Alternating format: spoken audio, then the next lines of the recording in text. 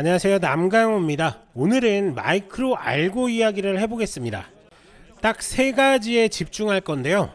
첫째, 지난 7월에 있었던 30대 1 역병합 이후 시장이 실제로 어떻게 반응했는지. 둘째, 지난 한 달간 주가와 거래량 흐름, 즉 가격의 핵심 포인트. 셋째, 지금 우리가 대응할 수 있는 전략입니다. 자, 이제부터 뉴욕 장세부터 파악하면서 쭉쭉 설명드리겠습니다. 지난 뉴욕 증시 한번 확인할 건데요. 먼저 주요 지수부터 확인하겠습니다. 간밤 미국장은 뚜렷한 방향성 없이 혼조세로 마무리됐습니다. 먼저 다우지수는 44,911.82포인트로 마감했는데요. 전일 대비 34.30포인트 하락하면서 0.08% 약세를 보였습니다. S&P 500 지수는 6,449.15포인트로 마감했습니다. 0.65포인트, 0.01% 밀리면서 사실상 보합권이었습니다. 반대로 나스닥 종합지수는 소폭 올랐습니다. 21,629.77포인트로 장을 마쳤고 6,080포인트 상승하면서 0.03% 플러스권을 지켰습니다. 기술주 중심으로 막판 매수세가 들어온 덕분입니다. 정리하면 뉴욕 증시는 다우와 S&P 500은 소폭 내리고 나스닥만 근소하게 오르면서 혼조세로 마감했습니다. 그렇다면 이번 시장은 어떻게 대응해야 할까요? 우선 오늘 같은 혼조 흐름에서는 방향성을 크게 잡기보다는 관망이 우선입니다. 기술주는 눌림이 나올 때보다 분할 접근하는 게 맞고 경기 민감주 쪽은 단기 반등 시 차익 실현을 빠르게 가져가는 게 좋아 보입니다. 특히 이번 주는 중요한 지표 발표와 기업 실적 발표가 이어지기 때문에 손절 라인을 명확히 하고 짧게 대응하는 전략이 필요합니다. 한마디로 정리하면 방어적으로 포지션을 유지하면서 눌림목 기회만 선별적으로 잡자, 이렇게 보시면 되겠습니다. 마이크로 알고는 알고리즘 전문 회사입니다. 데이터 처리, 인터넷 광고, 게임, 그리고 지능형 반도체 칩까지. 모 회사가 누구냐? 바로 나스닥에 상장된 위미 홀로그램 클라우드가 최대 주주로 약 67%를 들고 있습니다. 그래서 마이크로 알고는 AI 알고리즘, 양자 스토리, 이 세 가지 키워드로 투자자들 관심을 받고 있죠. 자, 우선 역주가 병합부터 한번 보겠습니다. 7월 18일에 30대 1 병합이 끝났습니다. 주가만 명목상 올린 거지 기업 가치 자체가 달라진 건 아닙니다. 하지만 이렇게 유통 주식 수가 줄어들면 호가 간격이 벌어지고 그래서 변동성이 커지는 겁니다. 실제로 8월 들어서 하루에도 위아래로 출렁이는 날이 참 많았습니다.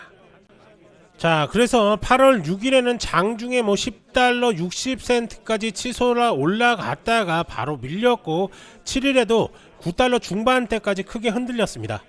그러다가 최근에는 $8 후반, $9 초반 박스권에 지금 머물고 있는 그런 상황인 거죠.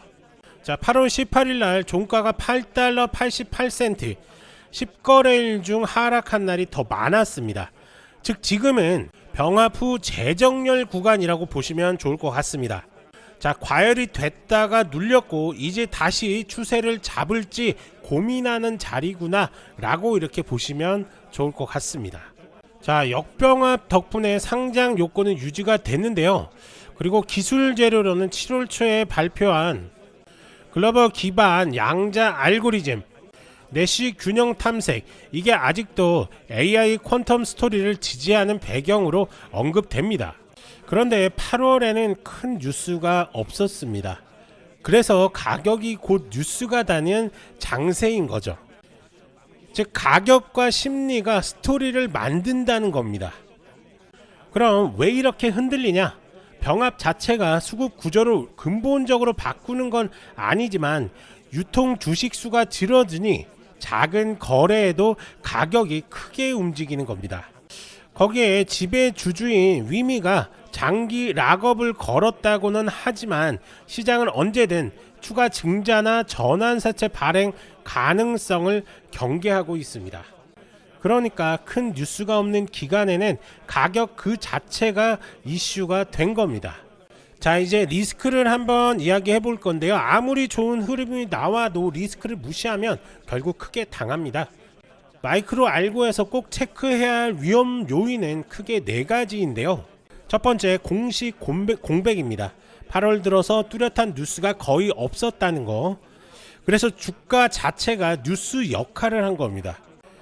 즉 갑작스러운 급등락이 나와도 설명할 근거가 부족한 상황인 거죠. 이게 가장 무서운 리스크입니다. 자, 두 번째는 자금 조달 리스크입니다. 이 회사 과거에 신주 발행이나 전환사채 발행 이력이 있습니다. 언제든 또 추가 증자나 채권 발행이 나올 수 있다는 말입니다. 그 순간 주주 입장에서는 지분이 희석될 수밖에 없죠. 그래서 시장이 항상 경계를 하고 있는 겁니다. 자, 세 번째는 상장 유지 문제입니다. 지난 7월에 30대1 역병합을 통해 나스닥 요건을 간신히 맞췄습니다. 하지만 주가가 다시 저가 구간으로 떨어지면 상장 유지 문제가 또 불거질 수 있습니다. 이번 병합이 근본적인 해결책은 아니라는 점, 이게 중요한 겁니다. 자, 마지막으로 네 번째는 모회사 리스크입니다. 마이크로 알고의 최대 주주는 위미 홀로그램 클라우드입니다. 모회사의 전략이나 재무 상황이 변하면 마이크로 알고도 직격탄을 맞을 수 있습니다. 즉 내부적인 문제뿐만 아니라 지배구조 리스크도 같이 따라간다는 거죠. 그렇기 때문에 마이크로 알고의 리스크는 뉴스 공백, 자금 조달, 상장 유지, 모회사 영향, 이 4가지로 보시면 될 것 같습니다. 자, 차트 한번 설명을 좀 드릴 건데요. 지금 보시는 것처럼 마이크로 알고는 급등 이후에 계속적인 하락 추세 이어지고 있고요. 아직까지 구름대에 도달하지 못하는 그런 모습 확인할 수가 있습니다. 최근 움직임을 조금 더 확대해서 한번 볼 건데요. 자, 최근 움직임을 확대해서 한번 보면은 이 박스권 안에 갇혀 있고 특히나 계속적인 하락 추세 이어지고 있는 모습 확인할 수가 있습니다. 그렇기 때문에 지금 여기가 바닥이다 라고 말하기가 아직은 좀 모호한 그런 자리입니다. 완벽한 추세 전환이 됐다라고 말할 수가 있는 구간은 결국에는 이 구름대의 돌파라든지 이 안쪽에 안착되는 모습이 나와야지만 이제 본격적인 추세 전환됐다라고 이렇게 말할 수가 있는 그런 구간이 형성이 될 겁니다. 자, 마이크로 알고 같은 경우는 아직까지 그렇다 할 큰 뉴스들이 지금 나오지가 않은 상황에서 변동성을 갑자기 기대하기에는 좀 힘든 그런 구간이 형성이 된 거고요. 자, 이런 구간에서는 신규 매수, 추가 매수는 금물, 이 구간에서는 우선은 변동성 나오기 전까지 조금 더 지켜보는 구간입니다. 결국 마이크로 알고는 지금 병합 이후에 재정렬 구간에 있습니다. 즉 뉴스가 아니라 가격과 심리가 스토리를 만들고 있구나 라고 이렇게 생각하시면 좋을 것 같습니다. 하지만 이렇게 설명을 좀 드려도 개인 투자자분들이 혼자서 이렇게 접근하기가 쉽지는 않으시죠. 그러면서 급등 종목들 수익 찬스들을 놓치시는 경향들이 좀 있는데요. 그렇기 때문에 전문가의 도움이 절실히 필요하실 겁니다. 이렇게 구체적인 매매 전략들이 필요하신 분들은 아래 전화번호로 숫자 1이나 마이크로 알고라고 이렇게 문자 보내주시면 저희가 하나하나 자세하게 도움을 드리도록 할 테니까요. 언제든지 문자 남겨주시면 됩니다. 그리고 제가 이렇게 상담을 하다 보면 마이크로 알고를 이런 고점들이죠. 이런 고점들 아니면 최근 고점들, 이런 고점에 묶이신 분들이 참 많으신 것 같습니다. 그런 분들 역시 아래 전화번호로 숫자 1이나 마이크로 알고라고 이렇게 문자 보내주시면 저희가 하나하나 대응 방법에 대해서 자세하게 설명을 드릴 테니까요. 부담 없이 연락 주시면 됩니다. 간혹 이렇게 영상만 보시고 대응하시는 분들이 좀 계신데요.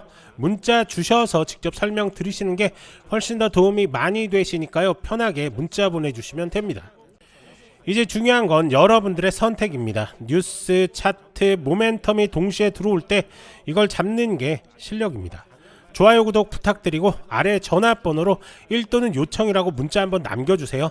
도움 드릴 수 있는 것들 최대한으로 도움 드리겠습니다. 저는 남강호였고요. 다음 영상에서 빠르고 정확한 정보로 다시 찾아오겠습니다. 감사합니다.